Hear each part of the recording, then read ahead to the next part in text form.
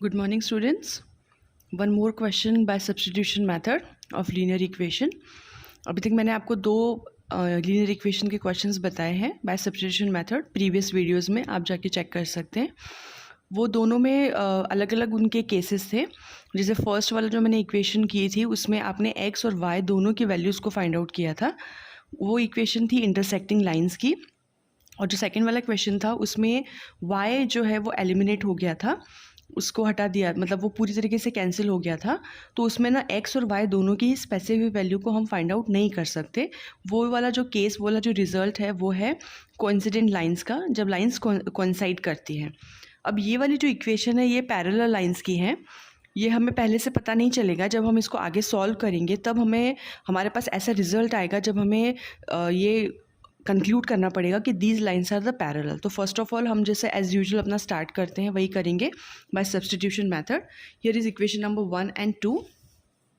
From equation number 1 we will find out the value of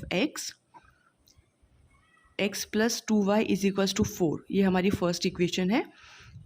हम x की value निकालेंगे 4 minus 2y। This is our third equation. Now substitute the value of x in equation number 2। You can find out value of x और y from any of either of the equation. कोई problem नहीं है, आप किसी भी equation में से ले सकते हैं और किसी भी दूसरी इक्वेशन में आपसे सब्स्टिट्यूट कर सकते हैं। जो मैंने किया है एज इट इज़ वही करने की आपको ज़रूरत नहीं है। आप सेकेंड वाली इक्वेशन में से भी x की वैल्यू सब्स्टिट्यूट फर्स्ट वाले में कर सकते हैं। It's completely up to you. Now substitute the value of x in equation number 2।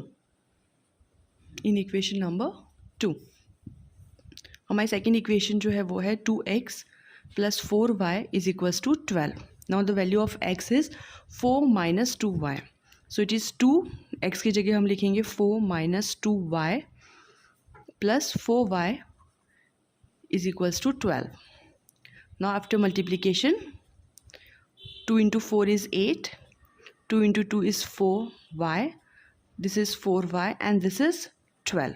Now here again it is 4y negative and 4y positive, so these two are cancelled out and यहाँ is बचा 8 is equals to 12, but this is not a true statement, it is a false statement because 8 is not equals to 12। जब इस type का result हमारे पास आता है कि जो हमारा वेरिएबल है वो ऑलरेडी एलिमिनेट हो चुका है एंड जो हमारा लास्ट स्टेटमेंट है that is a false statement, 8 is not equals to 12। इस टाइप की इक्वेशन में हमारी जो लाइंस हैं, it means that these are the parallel lines, these are the inconsistent lines. और इस सिचुएशन में इसका कोई भी सॉल्यूशंस नहीं निकलता है। x और y का कोई भी सॉल्यूशन नहीं आएगा because these two lines are parallel.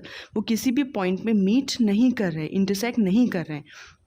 It means that this is the no solution result. So इस टाइप की क्वेश्चन जब आपके पास इस टाइप का रिजल्ट आएगा, जब आपके पास x और y की कोई स्पेसिफिक वैल्यू नहीं आएगी एंड आपका जो लास्ट स्टेटमेंट है that is a false statement, it means that there is no solution of x and y of this linear equations.